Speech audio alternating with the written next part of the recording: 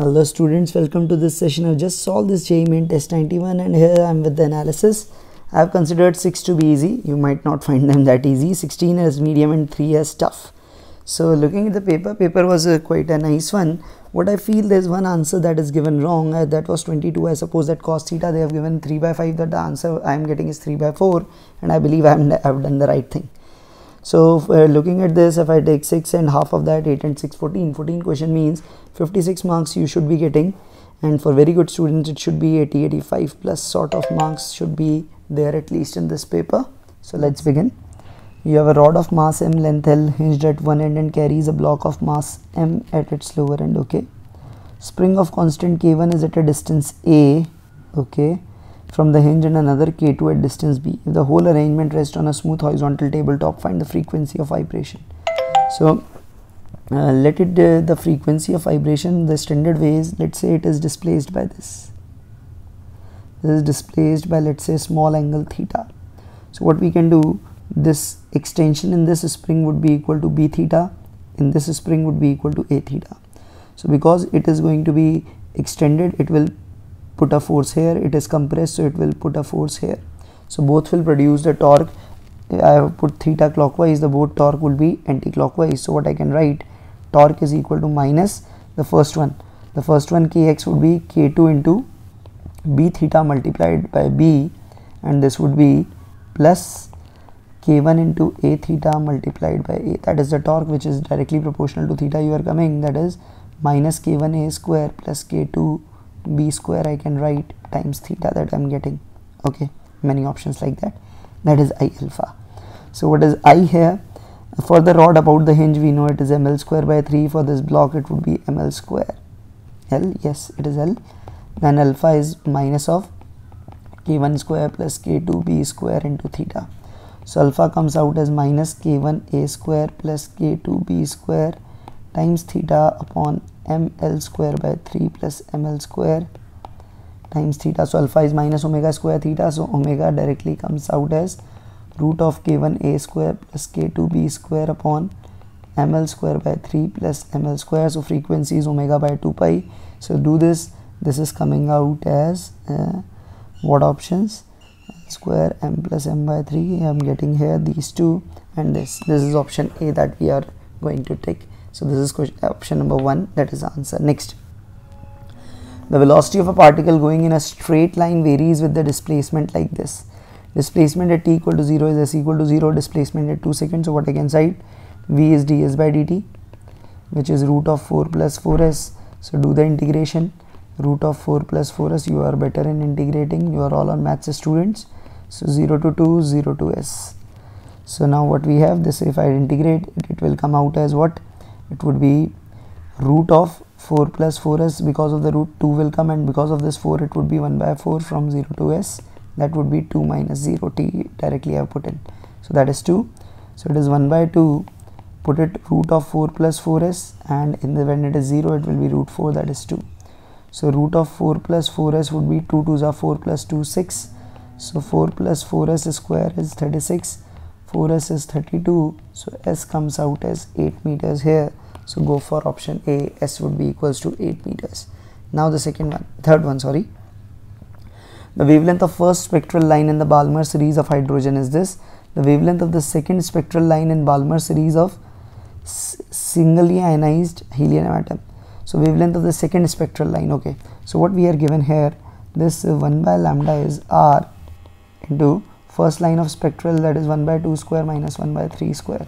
So what do you require? Lambda dash here, because it is helium rz square, so z would be 2 square, that would become 4 times what we have here, 1 upon 2 square minus 1 upon 4 square. So do this ratio, that is lambda dash by lambda, r and r goes 1 by 4 minus 1 by 9, that is 5 by 36. Here I will get is 4 into 1 by 4 minus 1 by 16, so it would be 3 by 16. So this goes, this is 5 by 36, and this will become 3 by 4. So what we have, 5 into 4 upon 36 into 3, that is lambda dash by lambda. So lambda dash is 20 upon 108 into 6561 angstrom. So if you do this 20 upon 108, so whatever roughly you will get, this is 10, this is 54.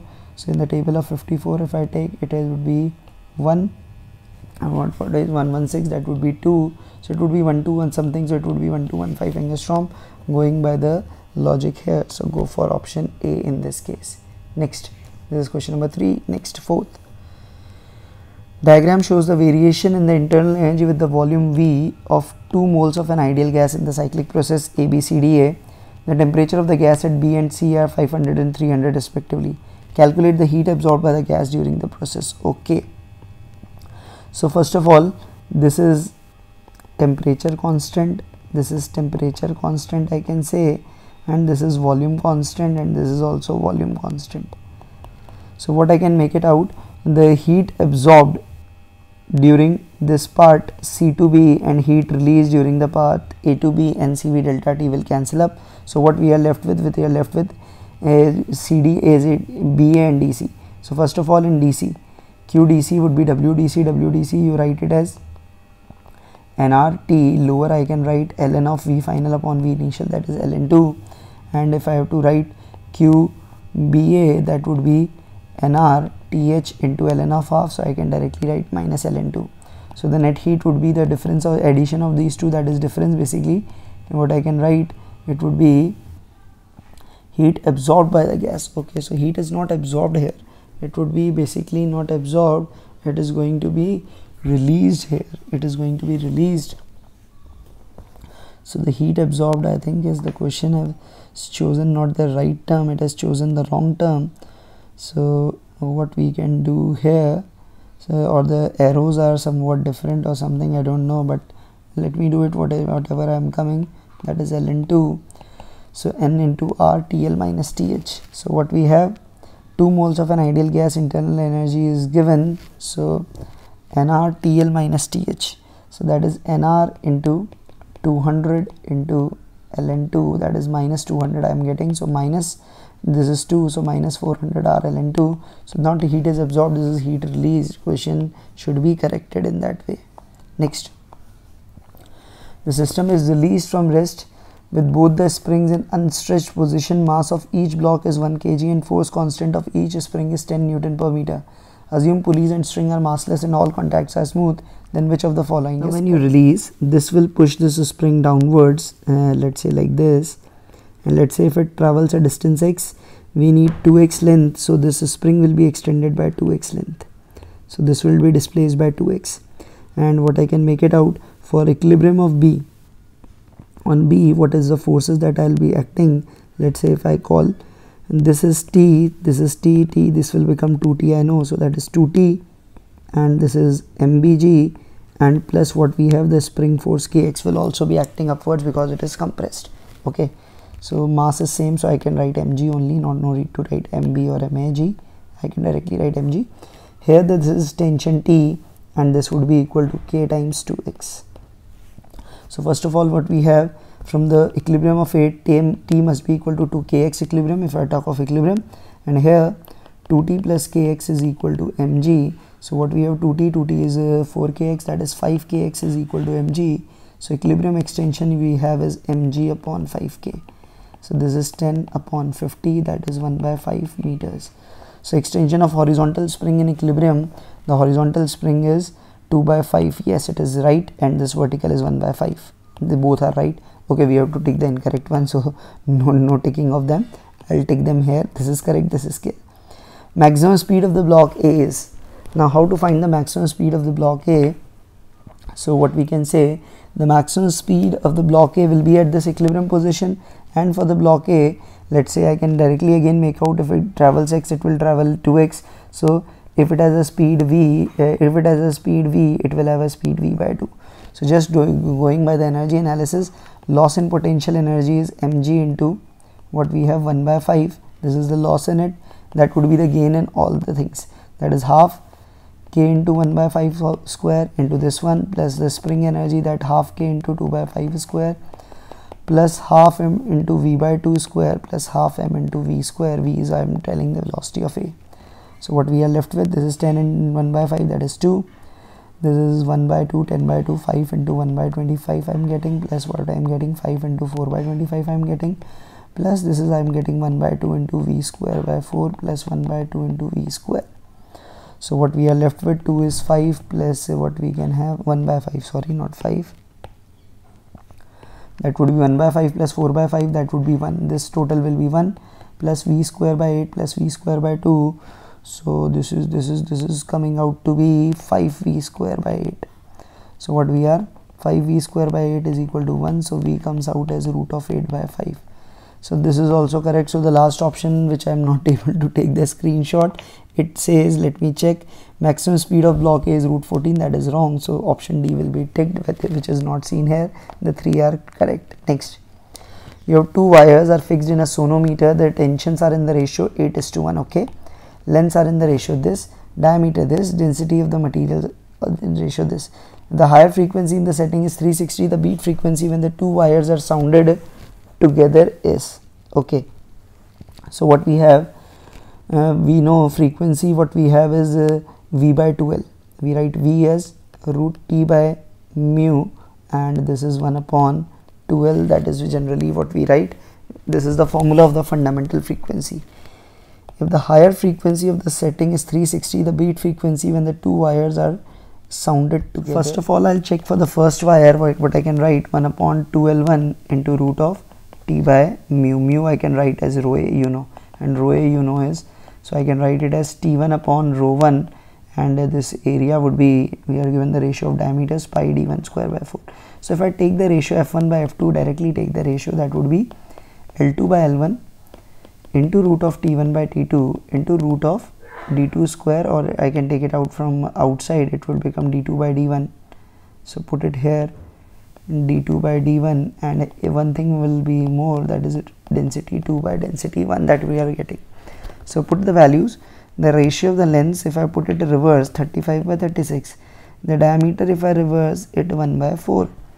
Tension is tension is 8:1, and diameter, put it there only, that would be 2:1. So that 4, this will be cancelled. This is 35 by 36.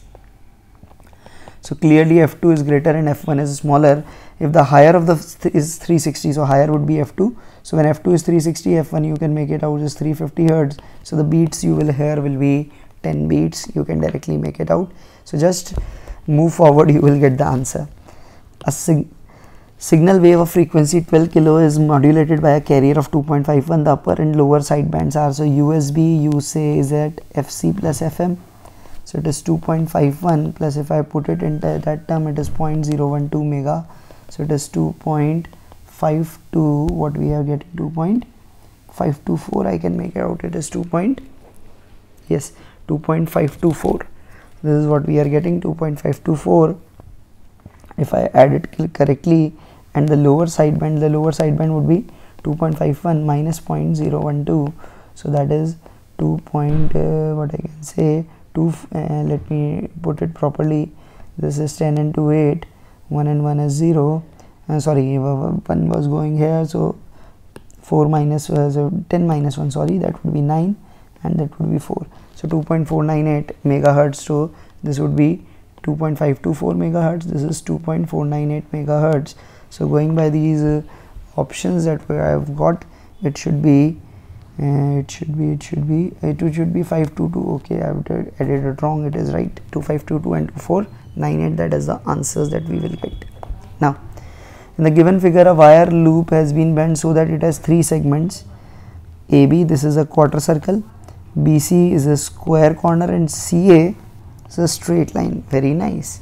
Here are 3 choices for a magnetic field through the loop. Okay, these are the 3 choices. Okay, where B is in millitesla, T is in second. If the induced current in B1, B2, B3 are this respectively.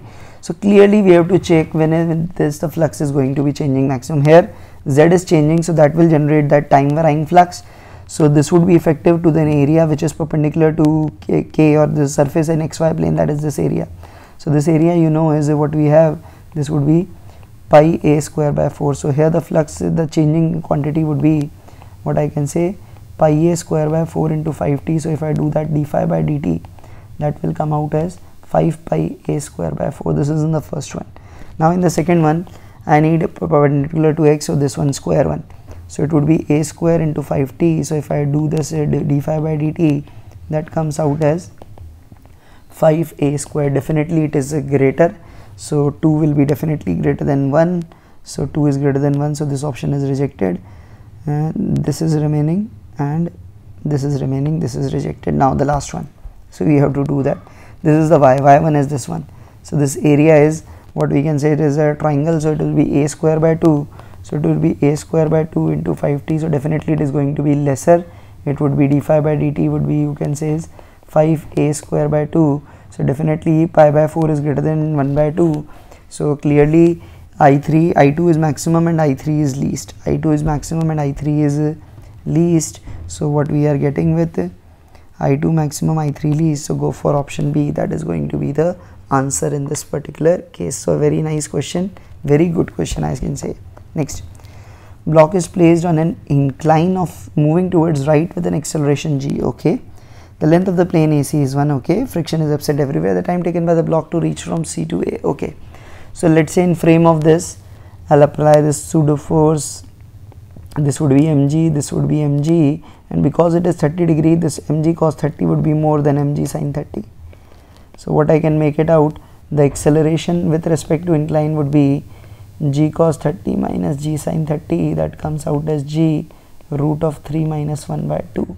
So I can directly say half AT square must be equals to this length, what it is, this AC length is equal to, AC is 1 meter, why it is written as 2 meter, I am taking the question data 1 meter, so t square would be 2 by a, so t is root of 2 by a, 2 by g, 2 goes there, root 3 minus 1, so I get this 2, and this would be root of 10 into 0.73, so it is 2 upon root of 0.7, so root of 0.7 if I do, it would be roughly, we know 1 upon root of 0.7, and this is what we are getting, so it is 2.7 if I do, it would be roughly between 0.8 and 0.9, so 2 upon 0.8 if I do 20 by 8, 20 by 8 is a 2.5 something, so it would be 2.5 closer to 2.5, or you can make it out, okay wait a minute, it is not 0.7, that is my mistake, 10 into 0.7, that is the root of 7.32, so 7.32 that means 2 point something, so it would be definitely less than 1,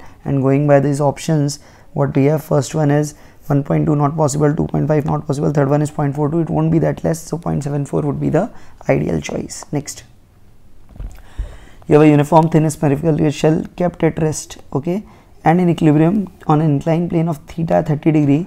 If the surface of the inclined plane is sufficiently rough to prevent sliding, then the angle alpha made by the plane of the hemisphere with the inclined plane is, so when you have for it to be in equilibrium, mg should be on this line of action, it should pass through like this should be the line of mg, and I know normal always passes through the center of the sphere, so this normal at this point will pass through this center, so this would be normal, and we know this distance is going to be r, and wherever be the cm, we know cm will be perpendicular to this thing, it would be on this line also, so intersection, let's say it is coming somewhere like there, so this is your center of mass, let's call it C, this point is some reference point, let's call it M, no not call it M, M will be something else, let's say call it C dash I can write, okay. So now what you will have, just going by the logic, because it is a thin hemispherical shell, you know the distance of the center of mass, the distance of the center of mass you know is r by 2 from this thing here, so if I draw this, this will be, this distance I know is r by 2, now this is normal to incline, so I can make it out, this angle is theta, so that is r by 2, that is theta, this length is r, so let me draw it again, this is r, this length is r by 2, this is c dash, and this is coming like this angle you have, this is vertical, I draw it properly like this, so this angle is theta, you know, so this angle is theta, this is r by 2, and what I can make it out, one more angle I need, so this is c, this is like that, so this angle is between this normal to incline or normal to that surface I have drawn, and this is normal to that particular surface, so if I do this, so this is normal to this level, this is normal to that level, so if I draw this reference line here, if a parallel to an incline, if this angle is alpha, this angle I can also make out as alpha, so this is alpha, so these are what we have got.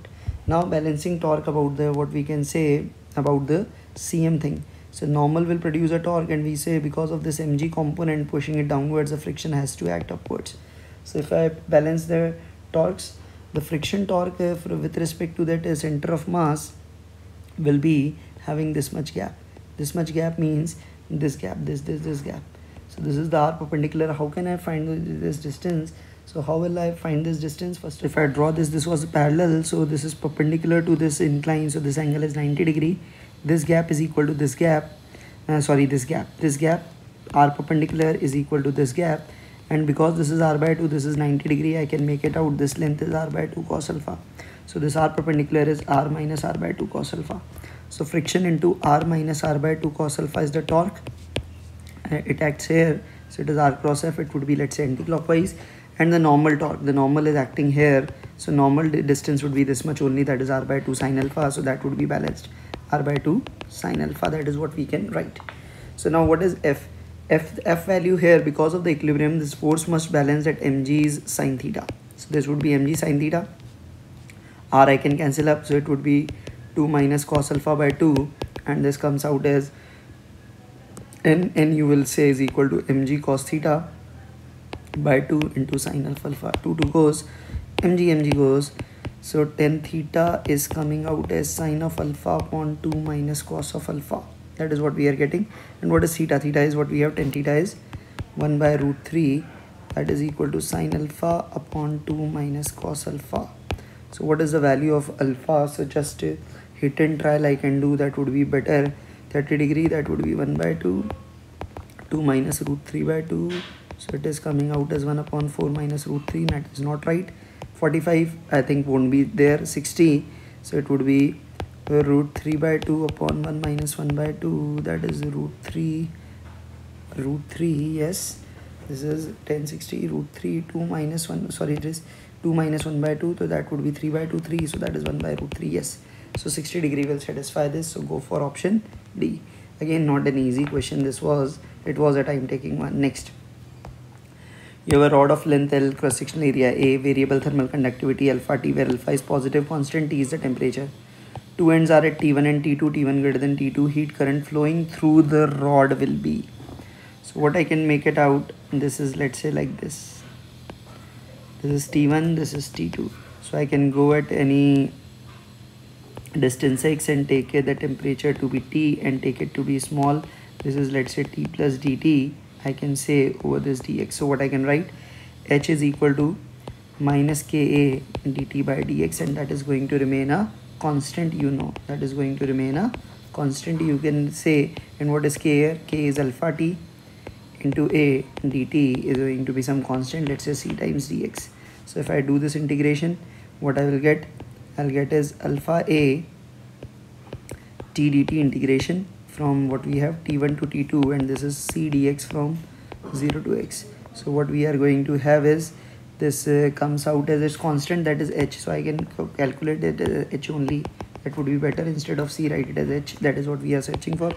So H into x, that would be minus alpha A, this will come out at T2 square minus T1 square by 2. So this is negative, I make it up, so alpha A T1 square minus T2 square by 2, and it's x is 0 to L, sorry, not 0 to x, 0 to L. So that divided by, we can say 2 divided by L, that would be H. So going by this, what we are left with? We are left with only one choice, which is option D. So it was also a cool one. Next one. A monolight of falls on YDSC apparatus. A thin sheet of glass is inserted in front of lower slit S2. Okay.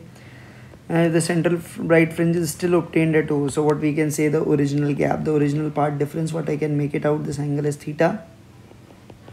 This angle, because this angle is theta, so this is theta. So what I can say, this gap again we can write it as d sine theta, that should be equal to the path difference introduced, that is mu minus 1t. So directly you can say d sine theta should be mu 1 minus 1t. Go for option A. Next, the frequency of vibration f of a mass m suspended from a spring of constant k is given by the relation this. The value of x and y you directly know, f is 1 upon 2 pi root of k by m. So k is half, so k, y is half and x is minus half, you already know.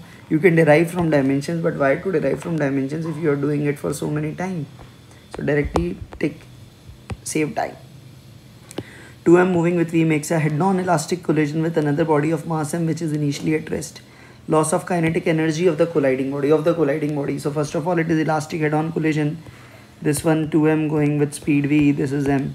So what would be its final speed? I can write v1 would be m1 minus m2 upon m1 plus m2 into u1 plus, if you remember this formula. I remember, I don't know about you. So what it would be, m1 minus m2, that is 2m minus m, 2m plus m, that is 1 by 3 into v, and this was 0. So its speed becomes v by 3. So loss in kinetic energy would be, initially it was half into 2m into v square, now half into 2m into v square by 9. So half into 2m I take as common, v square I take as common, it becomes 8 by 9. So this 2 and 2 goes, so it was 8 by 9 of mv square. So the loss of kinetic energy is 8 by 9 of its total, 8 by 9 of its total kinetic energy. You can directly make it out from here also. Directly you can say, don't treat it as 8 by 9 because mass is 2m. You can still write it as, it is 8 by 9 times half of 2m into v square if you have any confusion. Next, you have an object and a concave mirror approaching each other, okay, with speed 10 and 5. The velocity of image of the object at an instant figure. So velocity of image of object at the instant shown in figure is now along this principal axis. What we typically write, if you have done such question, what we have, 1 by v plus 1 by u is 1 by f. So what I can say, minus 1 by v square dv by dt minus 1 by u square du by dt is equal to 0. So what basically comes out as velocity of images minus m times m square times velocity of object. So because it is at 15 centimeter, first of all I am calculate the magnification, that you write as minus f upon u minus f. So that is minus of 10 upon u is minus 15 by plus 10. So its magnification is what we have. This is 10 upon minus 5, that is minus 2. So it doesn't matter anyways. So v of image, this is basically v of image with respect to mirror, because we assume mirror to be at rest. That would be minus 4 times velocity of object with respect to mirror. And I can write it in vectorially like this. So the velocity of image of the object shown in figure would be, I can say, vi minus vm would be minus 4 times vo plus 4 times vm. So v of image would be minus 4 times v of o plus 5 times v of mirror, that I can write. So minus 4 times v of o, that is because it is this way, this negative will be this way. So I am taking the magnitude 10, this is 40, and 5 into 5, that is 25. So it would be 65, and in the direction I shown this one, that is minus I cap. So I will go for 65 meter per second minus I cap. Next, the temperature of equal masses of 3 liquids A, B, C, 12, 19, 28 mixed. Temperature when A and B are mixed is 16, when B and C are mixed is 23. Temperature when A and C is mixed, this is again a repetition of the, I think, third or fourth time. Again let me do, when A and B are mixed, so A is going to gain, how much it gains, m into SA into 4, and how much B lose, it loses 3, so m into SB into 3. So 4 times SA is 3 times SB, this is the first thing. Similarly, when B and C are mixed, B gains, how much it gains 4. How much C loses 5. So 4 times SB is 5 times SC. Now how you are mixing A and C? So what we will, let's say final temperature be T. So gain by A is T minus 12, loss by C is that is 23 minus T, not 28 minus T, sorry. So what we have, mm and m goes, SA I write as 3 SB by 4, T minus 12, this I write as 4 by 5 of SB, that is 28 minus T I have. So what we are left with, do this is 15T minus 180, that would be 16 into 28 minus 16T. So what we are left with, 31T is 180 plus 16 8 is what we have, 16 8 is 128, 16 2 is 32, this is 44, 448 upon 180. So T is what we have, they have 448 plus 180, that would be 548, and it would be 628 by 31. So it would be 20 point something. I can go for 20.2 degrees Celsius. Next, 17th, in a photoelectric effect measurement, the stopping potential for a given metal is V naught when it is lambda naught. If 2 lambda naught is used, then the stopping potential will be, so what you can say, EV naught is equal to HC by lambda naught minus 5, and what we need, EV dash when HC by 2 lambda naught is needed minus 5. So the best thing would be what we can do, same metal, so put the value of phi dash from here, so that Hc by 2 lambda naught minus phi. Phi is what? Phi is, you can write as Hc by lambda naught minus Ev naught. So what we are left with, this is Hc by 2 lambda naught we will get, Hc by 2 lambda naught we will get as E V dash plus V naught, we are getting like this. So it is not going to be very good answer, I can make it out, but I can make it out from here. Okay, looking at the option I clicked, so what would be V dash? V dash is simply, it would be what we can say, Hc by 2E lambda naught I'll have, and it would be minus phi I am doing, so minus phi I was doing, it was like this, so it should become plus, so it will become plus V naught. So what we will have now, it will become V naught minus, sorry, because this is positive, so this would be the answer, option D. Clearly it cannot be plus, because we know the wavelength has decreased, energy will decrease, so stopping potential will decrease, it cannot be plus. If you do by any mistake, you can correct yourself. So there are basic checkpoints which can help you even if you do the mistake. 4 very long current carrying wires in same plane intersect to form a 40 centimeter on each side as shown. What is the magnitude of current I, so that the magnetic field at the center of the square is 0? Okay, so just look at it. The first one, this one puts a field inwards, this one puts a field inwards, this 20 ampere puts outwards, this I will also, this I is also pulling it downwards.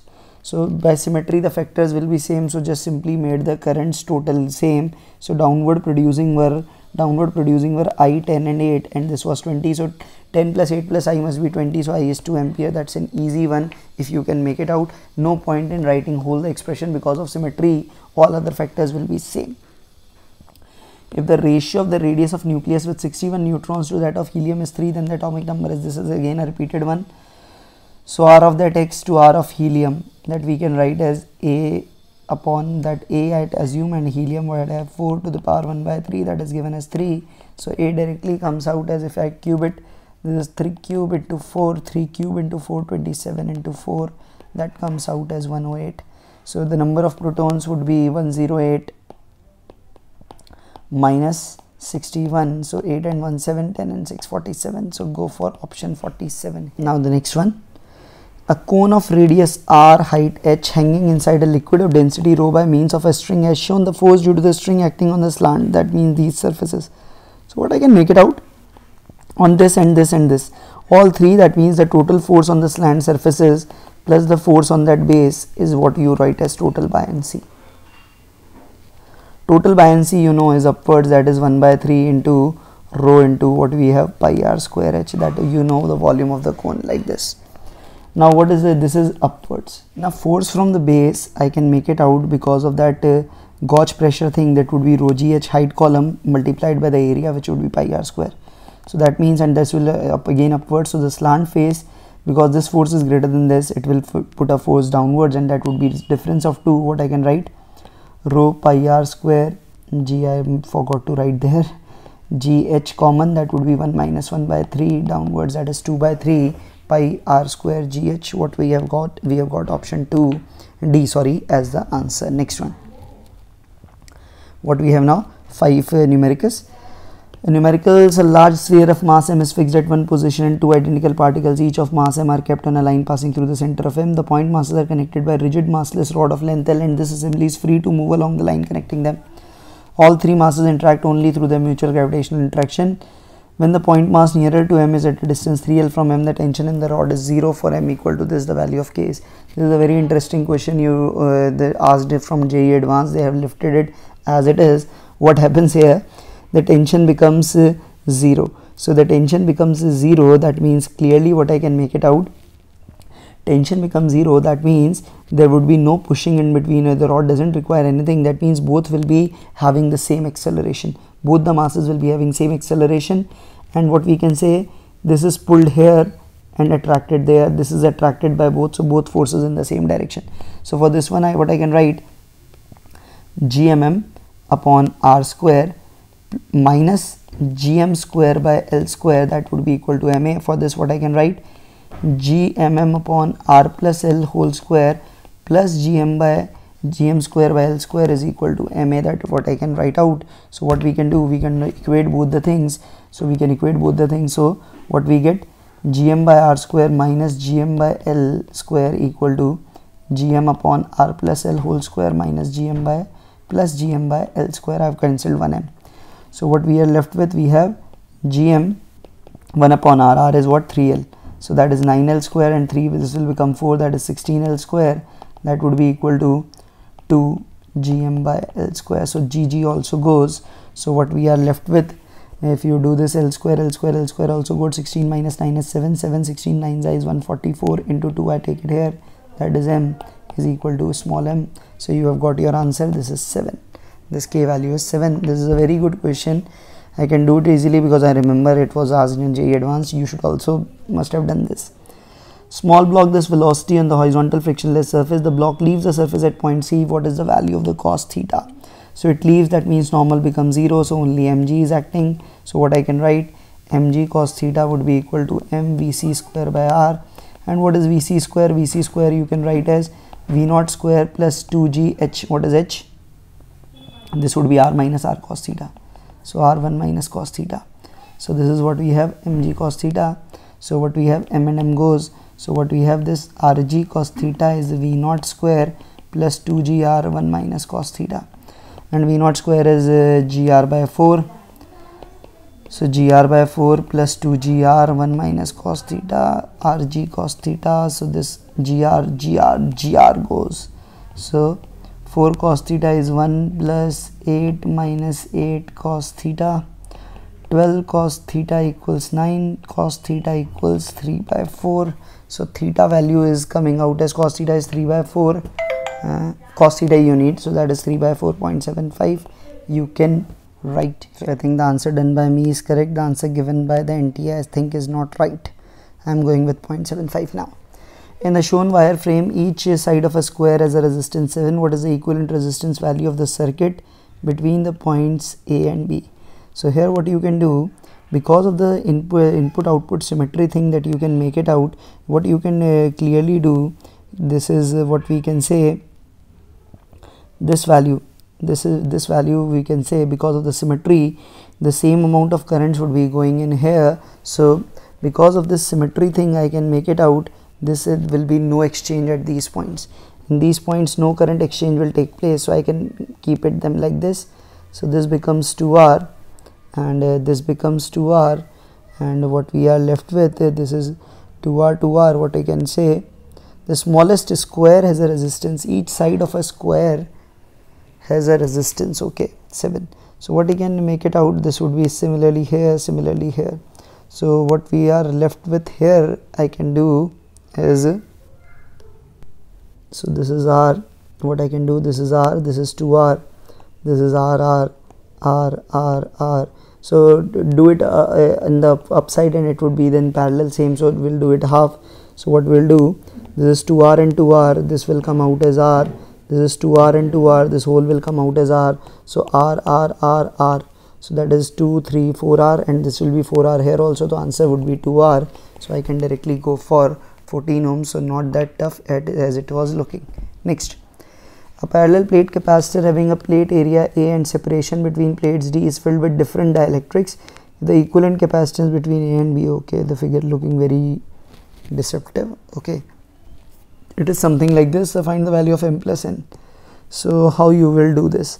So I can treat this, these three will be in parallel and this will be in series. That is how we should do this, or better way will be, this is not the way, we should get it done like this, because it would be the better way like this. We cannot say these to be parallel because these 3 points need not to be at the same potential. So I divide this 2 into these 3 parts, and how will be these 3 parts, A by 3, so that would be 1/3, 1/3, 1/3. I can directly make it out. So this and this is in series, this and this in series, this and this in series, and all are in parallel.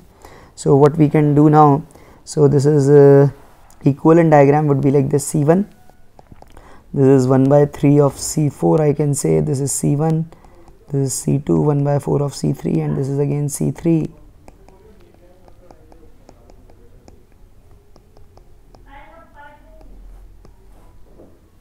it is like this.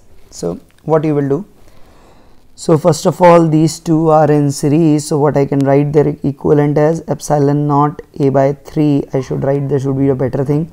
I can write this d by 2 k1 plus d by 2 k4. I can write it like this, and this is in parallel. Similarly, epsilon naught a by 3 d by 2 upon k2 plus d by 2 upon k4 plus epsilon naught a by 3 upon d by 2 upon k3 plus d by 2 upon k4.